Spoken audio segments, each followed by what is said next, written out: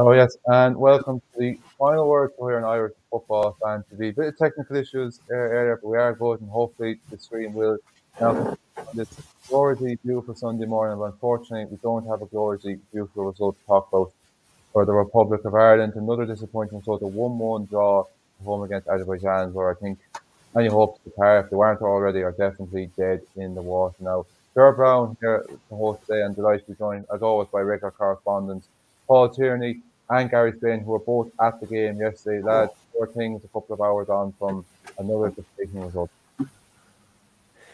Yeah, it's disappointing, Ger. I described yesterday as a must-win, and I thought it was a must-win. But I also thought it was going to be a win, a definite win, even though nothing is certain in football. And unfortunately, it didn't pan out like that. And it proved to be a major disappointment, particularly given that it was the first time that fans were able to get back in the stadium to watch this Irish team for a home game for almost 2 years. November 2019 was the last time any fans were able to see this Irish team at home. Yeah, because Gary, you were in the press box for yesterday's game. Paul, you were in the stands for yesterday's game. So what was kind of the buzz and the mood like? Obviously pre-match coming in, and then the team was announced, I think, around 3:30. We've seen there was 3 changes from Wednesday's game. Obviously expected Darrell Shea went out through injury. Jamie McGrath and Jeff Hendrick, the other 2 players. Troy Parra came in, James McLean, and the 3rd player, Jason Malumbi. So how were you kind of feeling pre-match going in? Look, I was confident and I was looking forward to going in. Obviously, there was a buzz for, as Gary mentioned, first game back since November 2019. When the team came out, I was a bit surprised. Obviously, James McLean was in, and I think he took a lot of the talking points yesterday. Even you seen on the Twitter when we put up the teams, all of it was about McLean.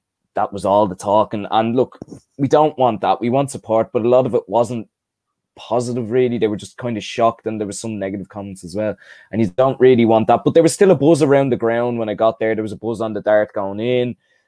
First 30 minutes, there was a buzz, and then it kind of went a bit flat because nothing was really happening. It was just kind of, we were holding the ball, but we weren't really making any chances or anything. And yeah, there was a buzz, but it kind of filtered down pretty quickly once 30 minutes went in and nothing much was going on, as I said.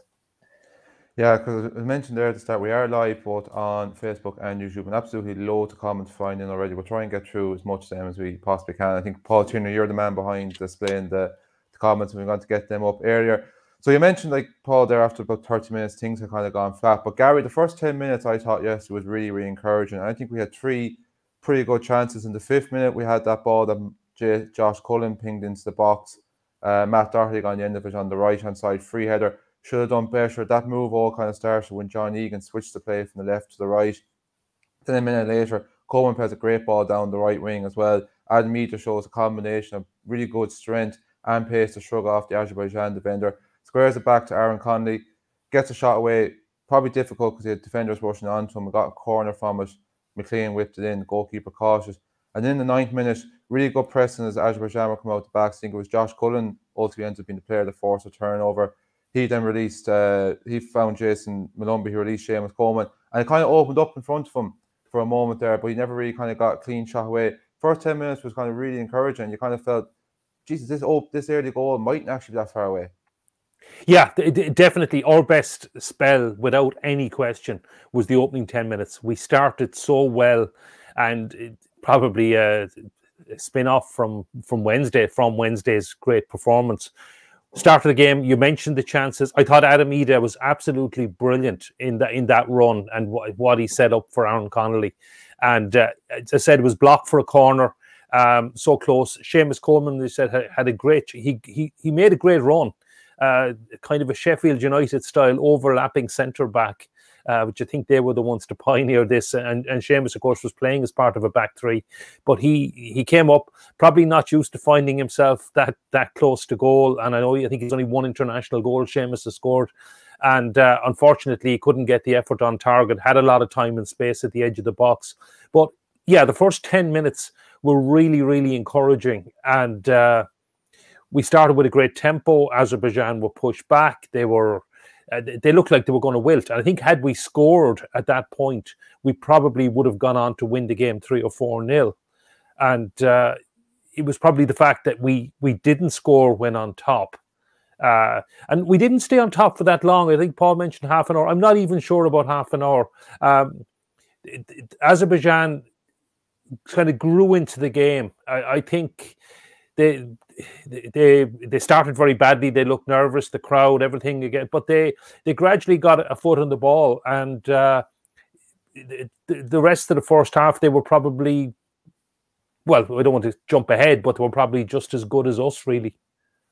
Yeah, I even have here in my next set of notes, like in the 13th minute, at that stage, they had there were 2 harmless shots, but 2 shots on goals. There were comfortable saves for Gavin Bazunu. And I had then by the 20th minute that while the likes of Parrish and Ida were winning a kind of couple of frees, we're playing a lot of the ball down the left-hand side. McLean and Conley didn't feel were making the kind of most use of it. I did say like the tempo had kind of dropped in that 10-minute spell between the 10th and the 20th minute. And just even going back to then a couple of chances, Paul, I suppose you could even say that why things went wrong in that kind of 10 minutes. Would it also probably be fair to say that of them 3 chances, Matt Doherty's probably was the best, given that it was a free header? Yeah, definitely. He should have done better with it. There was a couple of chances in the game that a lot of them should have done better with, and most of them were headers, but definitely Matt Doherty's one. Look, it was basically a free header. He probably at least test the goalkeeper. He knows that himself anyway. But as he said the other day as well, he said he was struggling with illness the other day. Maybe the after effects are still running there too. You don't know that. Yeah, you mentioned those 2 harmless shots, but if you think about it, the way they got those shots was from people not pressing. And then that's how the goal came. People didn't press them, and straight shot. It was a lovely goal, but it was a free shot, and he got to run. He had the ball for about 30 seconds before he took the shot as well. So disappointing aspects there after a good 10-minute start. Yeah, I'll get on to the goal in a while, but as you say, like I was screaming at TV watching the game back last night, how there wasn't kind of more of a press put down. As I mentioned there, Paul, there's loads of kind of comments coming in, so you just maybe want to kind of pick through some of the best, and we might maybe look into some in further detail. Yeah, well, we've got Roscoe Cadweller here says, we underestimated the opposition. The results were effectively the same going into the game as ours. Look, we could probably say with that, we generally do that with a lot of opposition, really, particularly when we're playing at home the last while anyway, so he's not wrong there. Ethan the only thing, the results were the same as ours, but our results were disastrous. I mean, we have been on a bad run, so that's why the results were the same. I mean, Azerbaijan are 112th in the world. Frankly, we should be beating them, and so I don't think they were really underestimated. I mean, okay, they're decent enough in that they don't concede a lot of goals. They don't get the hammerings maybe they used to get, but they are still losing. I mean, their last game, they were beaten 2-1 by Luxembourg. That was their first point of the campaign as well. And so I don't know about, I mean, look, we're not, we should be better than Azerbaijan, and we should be beating teams like that. And so I think Roscoe has a point to an extent, but I don't agree. I think we should be winning these games. Yeah, like I totally agree as well, Gary. I don't think we played like a team that was complacent and thought we just had to show up. Like I said, we started brilliant, we started live, and you kind of felt like this is the start we kind of need against a team where we're going to have to come out and try and break them down. Like it was pretty obvious in this, which we'll get on to in the second half. Azerbaijan were just happy to sit back and protect the 1-0 lead. Like, to be brutally honest, I actually thought Azerbaijan were brutal yesterday. I thought they were even a lot worse than Luxembourg. I thought even Luxembourg tried and play a bit, but it's not a case of being against complacent and taking these opposition for granted. We just consistently struggle to break down these kind of smaller nations. Apart from the Gibraltar game in 2014 when we scored 7 goals, when was the last time we've racked up a load of goals or broke down one of these minnow teams early on? Maybe Moldova. It's just when we have to bring the game to the opposition, set the tempo, it never really kind of suits us. And although like the first 10 minutes was really encouraging yesterday, as I mentioned, by the 20th minute, things had gone really kind of slow.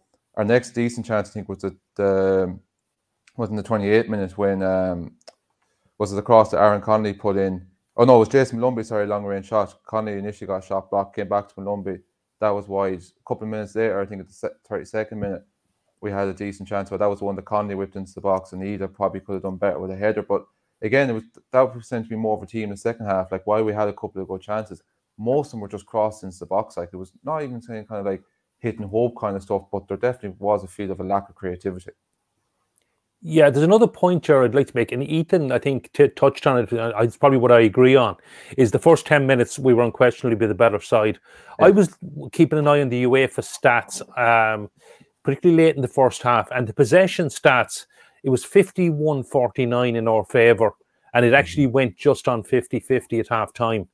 And that's probably, though, I think we probably had more territory than Azerbaijan, but effectively we didn't own the ball against them. And so we probably shared the ball equally. And after the 10 minutes, they came on. They looked a lot more comfortable on the ball. And I was ready to say at halftime it was a pretty even first half, and 0-0 was a fair result, because that's frankly what it was. And okay, the goal might have come a little bit out of the blue, but. And I take your point about going back to the struggling to break down these minnows, but we always have beaten these teams. Yeah. And there's a big difference. Yeah, I mean, we beat Gibraltar. Our last competitive win was the 2-0 win over Gibraltar. Yeah, and it was pretty turgid. The 1-0 away win was even worse, but we still beat those teams, and we were still comfortable in beating them. Beat Moldova, 2-1 at home. Was it? What was it? 2-0 at home, 3-1 away. I don't remember being in any great danger as such. Okay, we're not blowing them away, and maybe it's a bit harder. We did actually blow Andorra away in the end, actually, in back in June. In the end, but I mean, we were a goal down with half an hour to go, and then so I don't know whether it's. What the reason for it, but I think in particular the way Stephen is set up, we're probably better suited as a counter-attacking team, and it suits us to have teams like Portugal and Serbia, and even to lesser extent Slovakia, have to come at us, and we can defend really well. We can play really intelligent, actually, and smart counter-attacking football, which we did on Wednesday night. But when the tables were turned and we're expected to be the one to do the attacking, and we didn't seem to have. Well, we ran out of ideas very quickly. I think as I said, Ethan said as well, we started very well with the first 10 minutes. We had a high tempo. We really got at them. We opened them up. We created chances. On another day, we probably would have got that early goal, whether it was Matt Doherty, Aaron Connolly, or Seamus Coleman. One of those would probably have gone in. But it didn't go in, and then Azerbaijan grew in confidence as the half went on and said, "Well, hey, we're just as good as these guys," is probably what they started thinking, and we can pass the ball just as good as they can. And they got on the ball, and they at least threatened us after that as much as probably we threatened them in the first half. Yeah, also worth mentioning, they actually had a pretty good effort in the 23rd minute when they had a breakdown on our right. Good long-range effort. Now, I think it was going wide anyway, but still before Gavin Bazunu into a good save. And we mentioned, Paul, something you kind of mentioned was they were getting these kind of shots and chances away due to a lack of kind of pressing, which is not really kind of good to see from our point of view. And there's two other features as well of our play that I noticed just before their goal. In the 41st minute, which is something you should never be seeing at a professional standard, is James McLean takes a foul throw. That should never be happening. And then the 44th minute, again, you can see the initiative and the idea was behind. Jason Lumby tried to switch the ball, I think this time from the right to the left, but he completely overcooked the pass and went out for a throw. Now, for me yesterday, Jason didn't seem at his normal levels that we expected of him or that he delivered from the Nations League. Well, I thought he was very energetic, and he you know, of all the midfield, he was the one going forward a bit, getting stuck in. But then when he did go off, he had made a couple of those passes. You mentioned that one, but when he did go off in the second half, eventually he had made a couple of loose passes like that one, and then he made a couple more. Yeah, not maybe up to the standards of the Nations League, but I didn't think he was overly poor. I thought there was people who were poorer than he was, if you know what I mean. I thought he was energetic. He'd done his job in the midfield, but ultimately a couple of loose passes. And look, they had to change things when they did, but I didn't think he was the worst player, to be honest. No, I think probably the main decision behind him taking off was he had picked up a yellow card and then he put in a rash enough tackle not long after that. So I think he's that type of player as well, as we've seen in previous games. Plays with a bit of bite about him. So I think Stephen was a little bit worried from that point of view. So I was actually worried. I was worried he was going to get sent off as well, because he seemed to get very frustrated by the referee and the whole thing. Earned the yellow card for that challenge on the goalkeeper, and then that foul he gave away after that could have been a second. It would have been very harsh, but could have been a second yellow. I think that's why. Also, the fact that he hasn't had much game time at club level. But as Paul, I'd agree with Paul on that. I think they were worse than Jason Malumbi, and I am a big fan of Jason Malumbi. Yeah, maybe he wasn't as good as he was in the Nations League, but he was one of our standout players in the Nations League, and I actually thought he was worth his place yesterday. Unfortunately, then getting that level of frustration when things start to go wrong, and particularly in international football, Continental, he was a French referee yesterday, they can get very finicky, and I wouldn't have been surprised. After that foul, I imagine he was possibly one more foul away from a second yellow. So I think that's why Stephen probably took him off. But I thought we missed his energy when he did go off. Yeah, and then, as I mentioned, them two incidents happened in the 41st and 44th minute. And then, as you said, Gary, you were about to say, half-time, this looked an even game. And then bang, bombshell just before the break to take the lead with a wonderful goal from long range. It was across initially into the box. I think Shane Duffy headed it away. For me, the two main players that stood out that probably could have put more pressure on were definitely Seamus Coleman. And I think even Josh Cullen could have put a bit more pressure on it. But you were both there. You both had a clear view of it. I think, Paul, you were actually directly behind the goal where it happened. Yeah, definitely. Coleman was definitely one of them. I thought there was 3 players who could have closed him down, really, to be honest. But he had the ball for at least 20, 30 seconds before he took the shot. No one near him, strolling in the midfield. Like, just go out and close him. There's no shot. And it was a lovely goal. I'm not taking it away from it. But when you have that much time, you're going to put it in the top corner. You know, you are. Or you're going to aim for it at least, unless the keeper saves it. Bazunu had no chance with it. Coleman definitely should have closed down. There was a couple of other players as well who could have done it too. Disappointing goal to concede. Yeah, Gary, look, I watched it. I watched it back as well, Ger, and there's actually a slight exaggeration from Paul, because I actually counted it back, and it's just over 9 seconds. But 9 seconds, it's an eternity. felt like at that level, yeah. No, but at that level, even at any level, at League of Ireland, I mean, it's an eternity.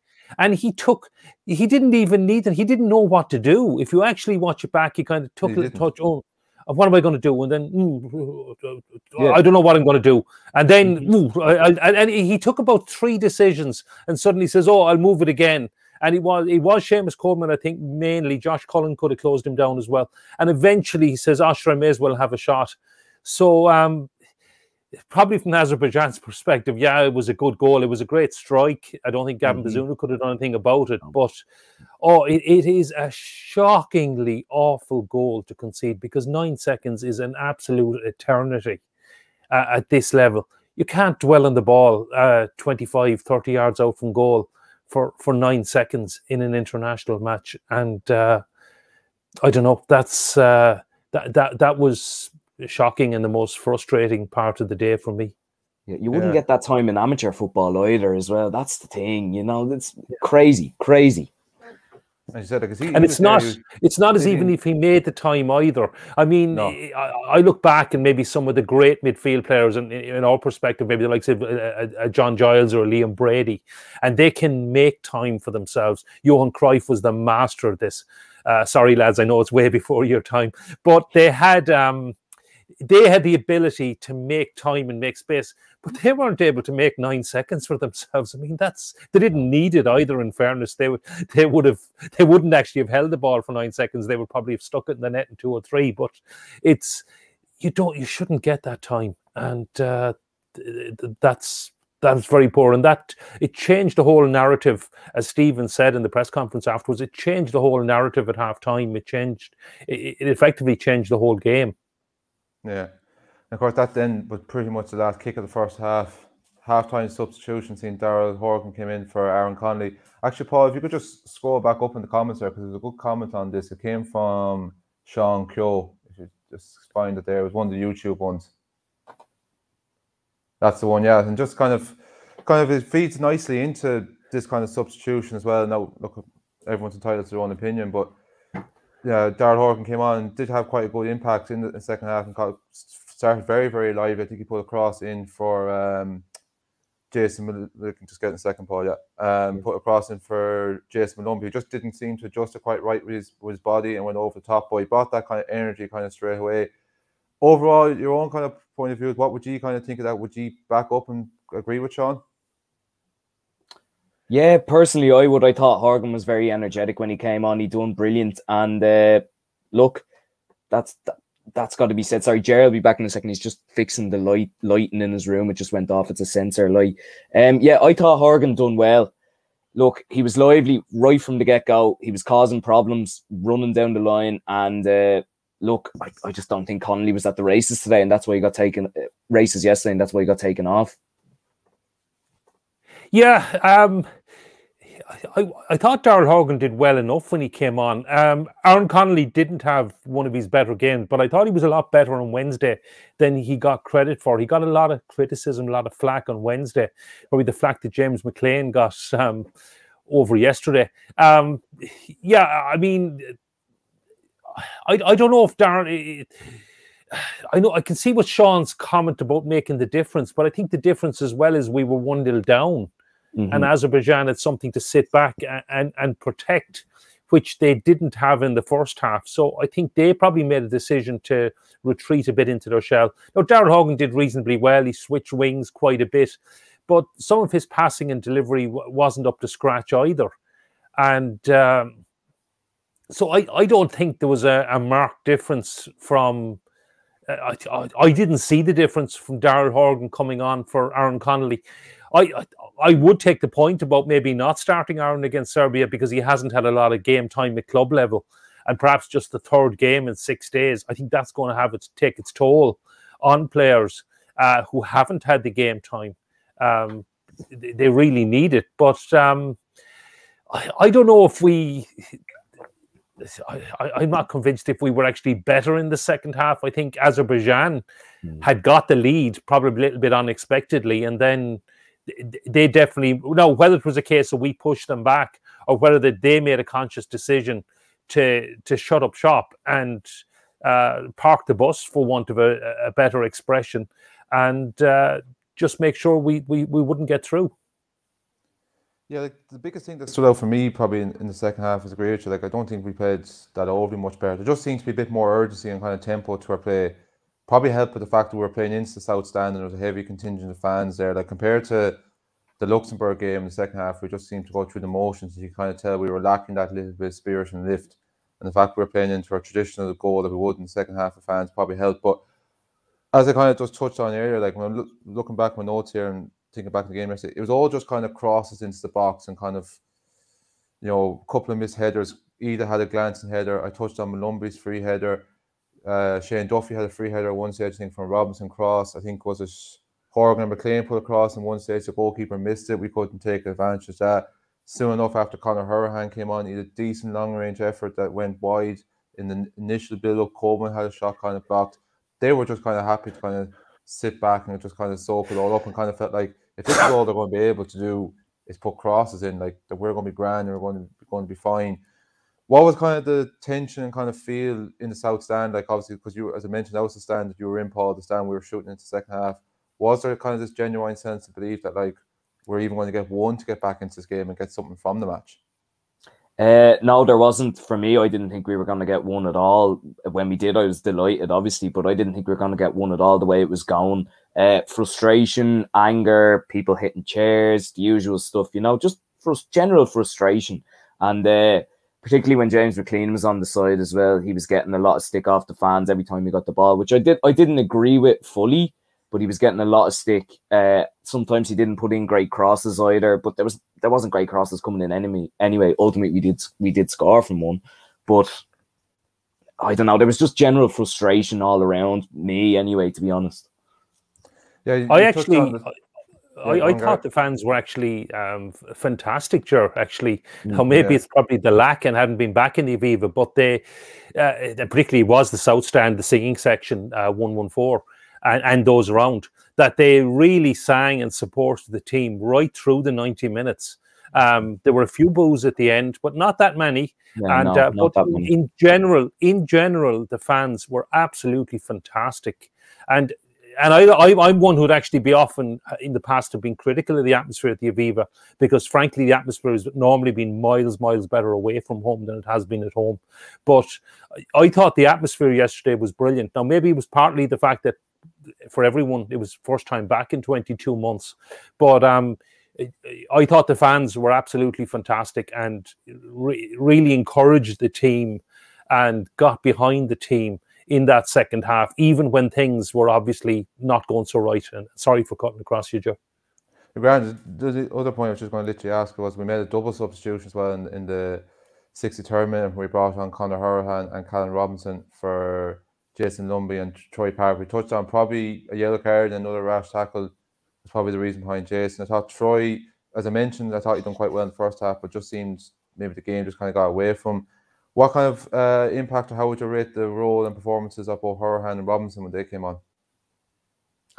I didn't think they were really involved. Hourihane was more involved because we had a couple of set pieces. Yeah. But with Robinson, okay, he had a couple of half chances that where balls were coming out of the sky and he was getting a shot and it was kind of dribbling along the ground to the keeper. But look, even in the player ratings, I didn't bring them into it because I didn't think there was enough involvement. Obviously, Hourihane had more because he's playing the midfield and there was set piece chances, as I mentioned. But I just didn't think they had enough time to do enough, really, to be honest. Callum Robinson had one good chance. He just couldn't get the ball out from under his feet. Yeah. But you mentioned the goalkeeper there, Paul, and that's probably one. I think that's a very important point. I don't think their goalkeeper is that good. No, but definitely not. We don't know because he did not make a save. He did not make a save that any goalkeeper at any level, and I'm not even talking League of Ireland First Division that I watch regularly. I think Ty Grine in Treaty United is light years ahead of that keeper. And there is no save that I wouldn't expect an under-17 or an under-19 League of Ireland goalkeeper to make. He didn't have to make any decent save. And we can go on and talk about the goal, but which was more perspective. But the one time he had a chance, he should have stopped it. It was pretty much straight at him, and that's more damning on us than it is on their goalkeeper because we didn't test him. And even we can say we had a lot of the possession, we had a lot of the ball in the second half, and a lot of the territory were pretty much camped in their half. We didn't open them up to any extent, and we didn't test the goalkeeper in any way at all. Yeah, just Roscoe kind of touches on it there that I suppose probably just the power Duffy's header got over the line. Just going back to one of your points, Paul, about Callum Robinson, I wouldn't necessarily agree that he didn't have much kind of impact in the game. I thought he had at least 3 half chances in the last 5 minutes plus injury time to win the game. There was that ball into the box from Darrell Horgan. We kind of brought a touch to kind of take it down and hit it on the half turn. I thought he could have at least maybe hit the target with that one. He'd won in injury time. I think we threw another ball into the box or launched another ball into the box. And he nearly kind of bundled it home. He kind of hit off and didn't know about it. And as you mentioned, that one then, the long clearance in Bazuna, we should have got a shot away. But again, probably thought too long about it. And next thing, the ball got caught among his feet. And as you touched on as well, Gary, I thought himself and Horgan did kind of switch wings to try and maybe make things a little bit kind of different. But eventually we got some little bit of joy in the 85th minute. It is worth mentioning as well, we made another substitution in the 79th minute. James Collins came on for Matt Doherty, so an attack-minded move, I suppose you could say. As you mentioned, that one player that seemed to get a lot of abuse from stands, James McLean, it was his ball back to Josh Cullen, who I thought was probably our best player in the night. Puts an absolutely unbelievable ball. It was really on the money. And there was Shane Duffy with a powerful header off. The keeper gets hand to. I think it hit off the underside of the bar as well and went in. That's another thing as well that I noticed a lot in the last 15, 20 minutes, maybe 25 minutes yesterday. Again, the amount of times that Duffy and Egan were in and around the opposition's box, they nearly played more like centre midfielders as opposed to centre backs. Yeah, definitely. There was one time where McLean gave the ball back to John Egan for him to cross it in. Now, it wasn't a good cross, but I mean, they were basically playing up as midfielders, like you said. But look, we were chasing the game, and in that kind of formation, which they were playing, there's more involvement for the centre half. So look, yeah, I mean, it's frustrating. And you mentioned the goal as well. The goalkeeper should have definitely saved it. But look, it was a powerful header. Yeah, powerful header. And look, it's better than a defeat. Yeah, look, it was Shane Duffy. He's come to our rescue so many times with goals like that. But it was a great ball, as you said, from Josh Cullen. Great diagonal ball. Shane Duffy, he's brilliant at this, attacking the ball, and he powered the header on goal. But he was straight at the goalkeeper, and he should have saved it. In fact, he shouldn't even have had to make as big a deal as he did.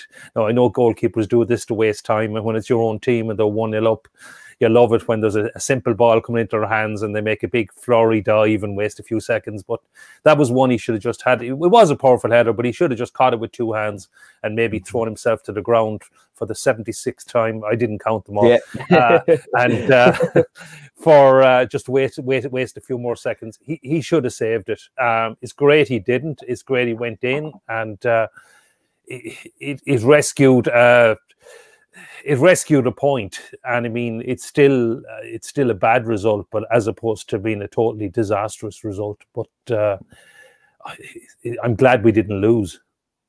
Definitely, and it's actually when we just thought of there. Funny as well, you mentioned the Azerbaijan goalkeeper. Even the referee had to warn about time wasting with his first kick out of the second half. And we're on the topic of subject of goalkeepers. We have to mention as well. You know, we could have actually been 2-0 down the 81st minute. That was a very good save by Gavin Bazzoon, who had nothing virtually to do in the second half. We produced a David De Gea-like save with his feet to keep that ball out. We've only got maybe about 10 or 15 minutes left before I kind of head off to work. And I have seen stuff in the comments kind of saying that, like, kind of like, you know, saying kind of narrative commentary here that we're not kind of criticising Kenny and stuff like that. So I suppose for that kind of point of view, like, we might maybe just balance it out, and there's no two ways of disguising it. Like, as much as you kind of want this to work out, and you know, the easy answer is not Stephen Kenny and everything else like that. And people are talking about progress after the Portugal game. People are talking about progress after the Serbia match, but we've now backed up with 2 bad results. For me, that's not progress. Progress is when you're consistently producing kind of good results and kind of doing it on a more regular kind of basis. We still only won 1 game. Like, we're not backing up good performances or with a good result then kind of afterwards. Like, for me, we're still going in the roundabout. We're still pretty much in the same place as we were kind of 12 months ago. And I think, you know, as much as we can kind of say, like, there's other factors, and, you know, maybe it's to do with the players, Stephen Kenny still has to kind of take criticism for that. As much as I still want it to work out, and I don't think sacking Stephen Kenny is the answer, for me, like, yes, it just proves, you know, that's not progress. Progress after the Portugal game would be winning that game yesterday, not drawing it. I think there's a decision, Gerard, to be made. My understanding is Stephen's contract is up in November. I think even Stephen himself seemed to indicate, or some people, that maybe it's in June. I'm not sure, or maybe in March after the playoffs or something like that. But anyway, at the end of this campaign, there is a decision to be made. And there's probably... I've always been of the view that he should get till November. I think he definitely deserves that, and I think the decision needs to be made after that. I don't think we're at the stage yet where we should be offering him a new contract at this point, or that we need to. I know in some cases you may need to offer a manager in case he gets poached away. There is a decision to be made in November, and it will be made on the whole totality of his tenure. And one cop-out might be, in 2022, we have, at this point, we have 6 competitive games, because we are not going to be in a World Cup playoff, and we're certainly not going to top the group. That, do you give him next year and the 6 Nations League games, 4 in June and 2 in September, and then we won't have any games. I don't think we'll even have friendlies before the Qatar World Cup, until the qualification for Euro 2024 starts in March 2023. Do you decide Stephen Kenny is the man, come what may? We're going to live and die by that. He's going to have until the end of the 2024 qualifying campaign. Or do you decide in November that he's not the man and give the new man the chance to have the Nations League to build with a view to qualifying for the Euros in Germany? And I think there's 3 options there. I'm not sure. And I don't think even... I, I don't even know myself, to be honest, at this stage, what I want to happen. And that's, if that sounds like a cop-out, I'm sorry, but that's, I actually don't know anymore. I desperately want Stephen to do well. And I've been a huge fan of his in the League of Ireland. He's probably been one of the most successful League of Ireland managers, certainly the most successful since Jim McLaughlin. And it's, I don't know what's going to happen. And maybe, but there aren't that many games left. I mean, we've Serbia at home on Tuesday. We've Azerbaijan away, a home friendly against Qatar. You're into November. You have Portugal at home, Luxembourg away. A couple of those games are looking incredibly difficult, come what may. And do you judge him on the away results against Azerbaijan and Luxembourg, or a friendly against Qatar? Or, well, you don't. It's all the games going back to last September. Do you say there's signs of progress? And the one thing I might go back to is, I know I've referenced this before, when Michael O'Neill took over as manager in Northern Ireland, after he left Shamrock Rovers, he took over for their 2014 World Cup campaign. And it was, results-wise, it was pretty much as bad as we are seeing at the moment. They lost to Luxembourg, they drew with Luxembourg. I can't remember who else they... It could have been Armenia or Azerbaijan. Was it Azerbaijan as well? Yeah, and they didn't. I think they failed to beat Azerbaijan twice as well. But I think the difference in that, and even from talking to some of their fans, is that there were clear signs of progress in pretty much every game. They also beat Russia in that campamping. I think they might have drew with Portugal away. They drew with Portugal away. They were well beaten by Ronaldo in Belfast. I think he got a hat-trick. But there were clear signs of progress, and they stuck with Michael O'Neill, and of course they famously topped their group and qualified for Euro 2016 and did so well in France as well, getting to the knockout stages and losing by a very unlucky own goal. And Michael O'Neill subsequently, they were so unlucky not to qualify for the 2018 World Cup. I mean, they were actually undone by an absolute disgraceful refereeing decision. Anyway. But leaving aside that, I was kind of, and I've mentioned them in the past, the similarities between Michael O'Neill and Stephen Kenny. And the IFA made the decision to stick with Michael O'Neill, and wow, what a smart decision that proved to be. Will the FAI do the same with Stephen Kenny? Is there the same level of progress? I don't know, and I'm struggling. I don't even know at this point what I want to happen. I certainly want him. I know some people are calling for his head already. I certainly think he deserves at least till the end of the campaign. I think there are some positive signs, like the performances in Belgrade and in Faro on Wednesday night, and even if you go back to the game against Slovakia. But there's been some incredible lows as well.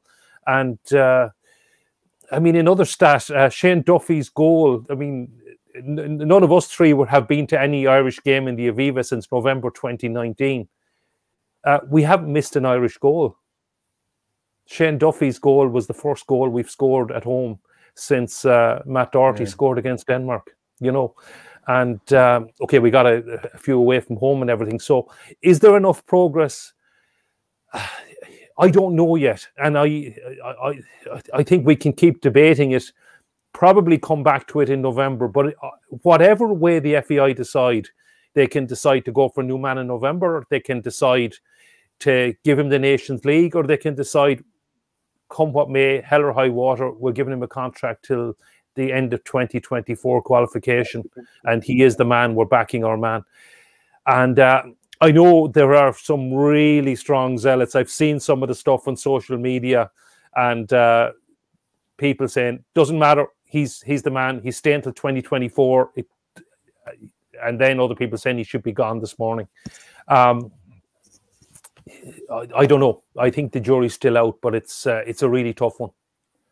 Yeah, like, what do you think, Paul? Obviously, at this stage, we have a game again now on Tuesday night, so we're not going to sack him at this stage. And at that stage, we're 5 games into a campaign. I don't see the purpose or point of bringing a new manager for 3 games to salvage campaign. Like, there's nothing to salvage in terms of qualification or anything else like that. I know I've seen in the comments, a few people have mentioned Eddie Howe, but like, 1, would Eddie Howe even be interested? 2, could we even afford him? That's another thing as well. Like, and it's just, there's no other real kind of obvious names standing out. Like, you know, Chris Hughton, but like, I know from talking to Nottingham Forest fans, they're not happy at all with him and his style of play. If it's just similar to what we were doing before, you can see what Stephen Kenny is trying to do. I agree with Gary.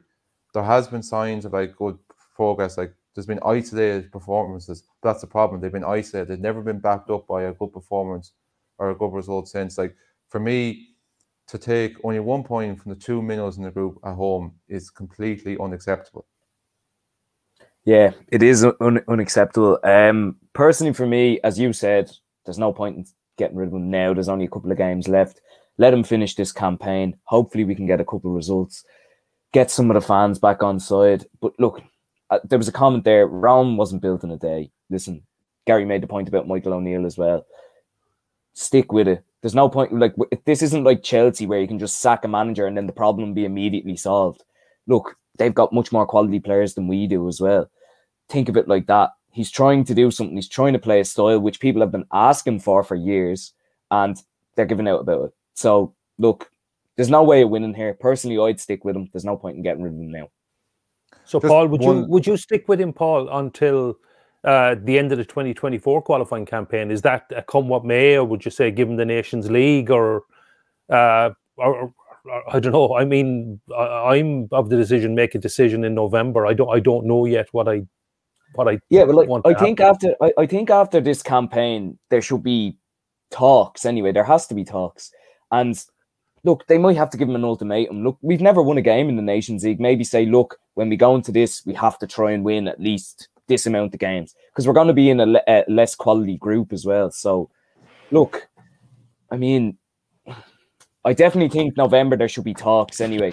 But I just don't see the point in sacking managers like this. He doesn't have enough time to deal with the players as well. It's only short bursts in, September, October, November, and then March. It's ages. So, I mean, I think it'd be harsh to sack him personally. Like, there is small kind of signs. I just want to finish up because I'm conscious of time for myself. There is kind of small, like, shoots of green signs and positivity. Like, he was in charge of that 121 team the last campaign that should have made that European Championships this year. Only, I suppose, he got taken away for the last kind of couple of games. The COVID situation, senior team, meant the 121's best players ended up getting called up. Now, I know it's very, very early days and it's only one game, but that was an impressive result for the 121s the other night in beating Bosnia 2-0 away with a pretty decent team. And let's be honest, they could have even had half a dozen more players that are with the senior team. There are signs that there are kind of good players kind of coming through. Stephen knows these type of players, the system, the style of play that they played at underage going forward. I just kind of feel if we get rid of him and bring in a manager, we'll just look at that squad and it's like, nah, there's only one style of play for these type of players. I don't have the players to do this, that, and the other. Just feel that's kind of another backward step. It's a very, very difficult situation. I think it doesn't matter who will be the manager at the moment. I don't think, even if Pep Guardiola was manager at the moment, I still think we'd be still talking about our chances of going to Qatar being over. It's just, there's a lot of kind of circumstances. Unfortunately, you could just say Stephen just happens to be the wrong man there at the wrong time, just with the current kind of crop of players that, maybe the older players just aren't quite good enough.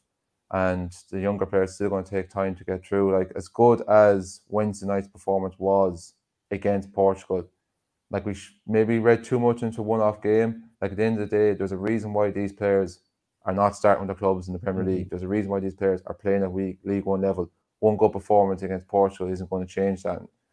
I think last night probably proved that against lesser opposition they couldn't quite do it. But that's all I have left to kind of say.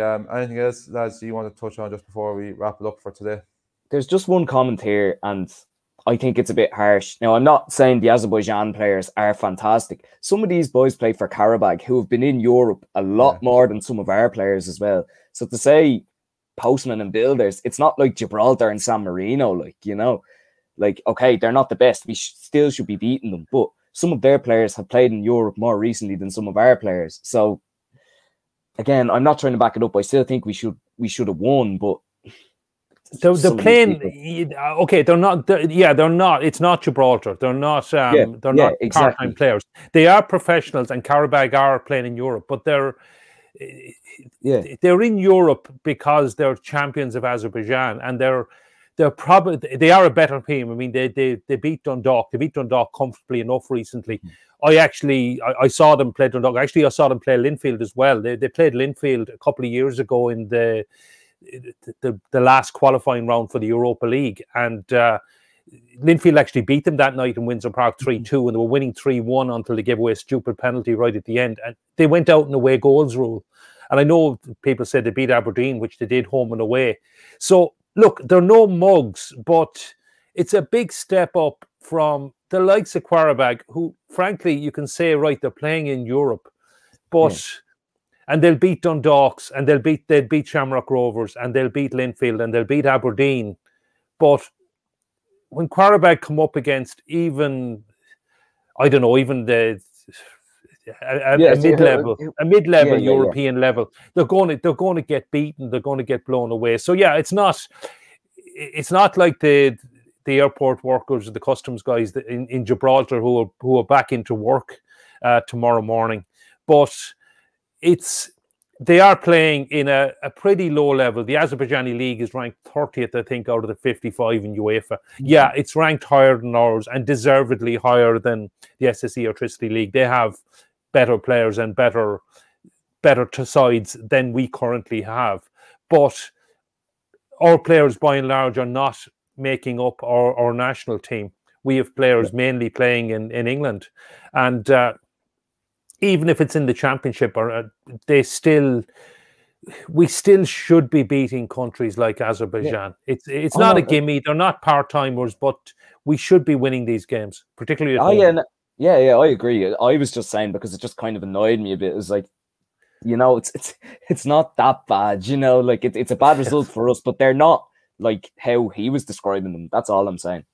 Okay, yeah, that's over the course of 90 minutes, we still should have won this game. Like I still think, definitely. Like for me, the Luxembourg result, like you could see there were signs of that coming. You look down through their team and the clubs they're playing with, you're kind of like, Jesus, some of them are not far off us, and they show glimpses of like playing quite well. Like I thought Azerbaijan were actually really, really kind of quite poor last night. We just weren't good enough to take advantage of. And I agree with your point as well about Qarabag, Gary. Like it's because of their route that they go down the Champions route, it's so much easier to qualify than the league path. Now, in fairness to them, they actually have reached the UEFA Conference League group stages through the league path this year and gave Aberdeen a fair beating in that playoff round.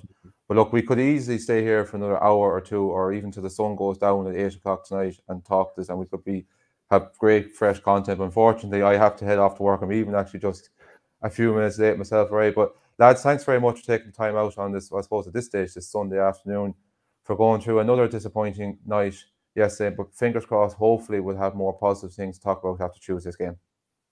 Yeah, definitely. Thanks very much, Jer. Good. And thanks to everyone for getting your comments in there. Sorry we didn't get around to reading them all out, but we appreciate them so much, and it's great to see the interest and the levels that people are going to get their comments in. And if you haven't already, do please hit that subscribe button as well. It really does help boost up the channel. But thanks to everyone, and take care. Thanks, guys. Thanks, guys.